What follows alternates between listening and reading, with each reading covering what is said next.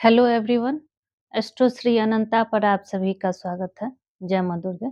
आज हम बात करेंगे कि मांगलिक दोष वाले व्यक्ति का विवाह क्या नॉन मांगलिक वाले व्यक्ति से हो सकता है? हमारा टॉपिक यही रहेगा। तो चलिए बात करते हैं। तो इससे पहले हम बतला दें कि मांगलिक दोष क्या होता है और किन-किन घरों से ये बतलाया जाता है। तो हम सभी जानते हैं कि first house, second house, fourth house, seventh house, eighth house और 12 हाउस में यदि मंगल हो तो व्यक्ति मांगलिक कहलाता है।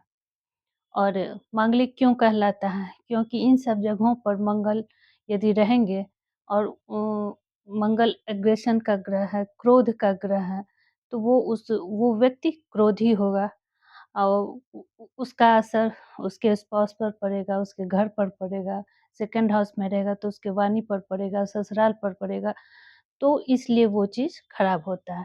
वैसे मंगल ग्रह कोई खराब नहीं है, जनरली ये बहुत ही साहसिक ग्रह है, ये बहुत ही ऊर्जावान ग्रह है और मांगलिक व्यक्ति भी बहुत ही ऊर्जावान होता है। वो कठिन से कठिन परिस्थिति में खड़े रहने वाले व्यक्ति भी होते हैं और इस तरह से इनका ये गुण भी है। लेकिन वही बात है कि ये आदमी बहुत कुछ कर देता है, लेकिन यदि थोड़ा-सा एग्रेशन दिखला दिया तो उसका सब करा-धराया जो है नाश हो जाता है। तो ये एक पॉइंट है।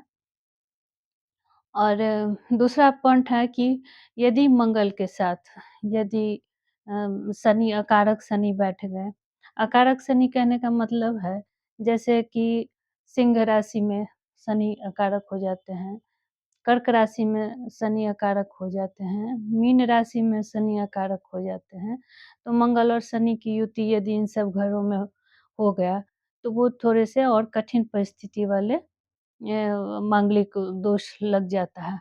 और तो इन सब परिस्थितियों में जब ये मांगलिक दोष हो जाए, तो दूसरा पॉइंट ये भी देखना चाहिए कि उस व्यक्ति का लग्न जो है, लग्नेश कहाँ बैठे हैं, वो बात भी बहुत ही इम्पोर्टेंट है।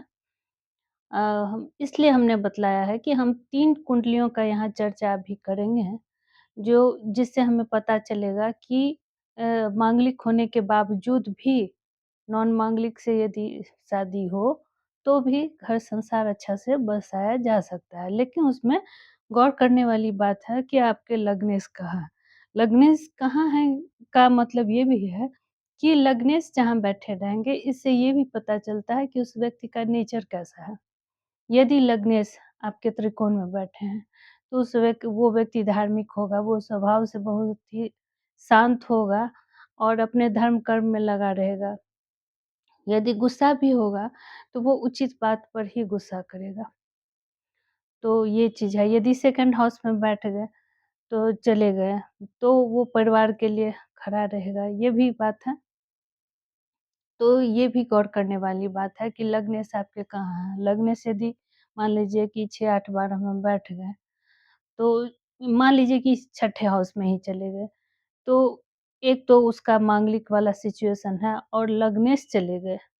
लग्नेश यदि छठे में हो गए तो आप समझिए कि वो अ, डबल मतलब इधर से सप्तम हाउस में हैं और इधर से लग्नेश चले गए छठे हाउस में। तो वो सब असर थोड़ा-सा और स्थिति को बिगाड़ देता है। उसके बाद सप्तमेश की स्थिति भी बिगड़ जाए। सप्तमेश भी सही जगह पर नहीं हो, वो भी 6, 8, 12 में बैठ जाएँ, तो परिस्थिति और भी गंभीर हो जाती है। इसके अलावा यदि आपके बृहस्पति, जुपिटर और वीनस, शुक्र यदि केंद्र और त्रिकोण केंद्र में हों नहीं हों और तब भी ये सब मिला-जुला के जो है वो कठिन परिस्थिति वाला मांगलिक दोष बना देता है। यदि लग्नेश मान लीजिए कि त्रिकोण में है और आपका मंगल दोष यदि लग भी रहा है, मंगल दोष यदि लग भी रहा है और गुरु यदि लग्न में हो, 7th हाउस में हो, 5th में हो, 9th में हो, लग्न को देखें या फिर 3rd या 11th हाउस से वो 7th हाउस को देखें, तब भी वो मांगलिक दोष का कैंसलेशन हो जाता है। क्यों? क्योंकि बृहस्पति का दृष्टि पड़ गया उस पर। बृहस्पति के दृष्टि का क्या मतलब है कि वो उस व्यक्ति को ज्ञान हो गया। भले ही मान लीजिए कि उस टाइम में वो क्रोध कर दिया, लेकिन वो क्रोध जो है उसका कुछ देर के बाद वो समाप्त हो जाता है। तो इस तरह से हम देखेंगे। लेकिन अकारक शनि भी बैठे हैं तब भी, मंगल राहु का युति है तब भी वो कैंसलेशन हो जाता है। और मान लीजिए कि उस लड़की का यदि ऐसे व्यक्ति से शादी हो जाए कि उसका भी मंगल दोष तो है लेकिन कैंसलेशन नहीं हुआ है, और एक लड़की का खुद भी कैंसलेशन नहीं हुआ है, तो उस परिस्थिति में उसका शादी नहीं चलने लायक होगा। मांगलिक दोष तो है लेकिन कैंसलेशन नहीं हो रहा है, बृहस्पति और शुक्र से कैंसलेशन नहीं हो रहा है, या फिर ऐसे व्यक्ति से हो रहा है कि मांगलिक नहीं भी हो लेकिन शुक्र उसके खराब हैं, सप्तम भाव खराब है, तब भी उसका शादी नहीं चलेगा। चलेगा किसका? यदि मान लीजिए कि कठिन परिस्थिति वाले मांगलिक दोष भी लग जाए, लेकिन उस कुंडली में बृहस्पति और शुक्र अच्छे घर में बैठे हों और मांगलिक दोष खत्म हो रहा हो, और फिर उसका विवाह यदि ऐसे ही व्यक्ति से हो जो मांगलिक तो है, ठीक है, उसमें दोष भी है, लेकिन वो भी कैंसलेशन वाला पोजीशन में हो, बृहस्पति और शुक्र अच्छे जगह पर हों, तो उस व्यक्ति का शादी चल जाता है। एक तो ये परिस्थिति हुआ। दूसरा, यदि लड़की मांगलिक हो, कैंसलेशन हो गया हो और लड़के की कुंडली में यदि वो नॉन मांगलिक है, मंगल दोष कहीं से भी नहीं है, बहुत अच्छा कुंडली है, तब भी उस लड़की का विवाह चल जाएगा। तो कहने का मतलब ये है कि जब भी बृहस्पति और शुक्र की दृष्टि अच्छी रही तो उसमें ज्ञान होगा, ठीक है, लड़ाई हुआ फिर ठीक हो जाएगा, परिस्थिति ठीक हो जाएगा।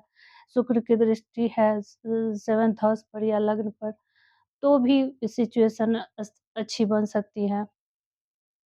यानी कि झगड़ा के बाद प्रेममय वातावरण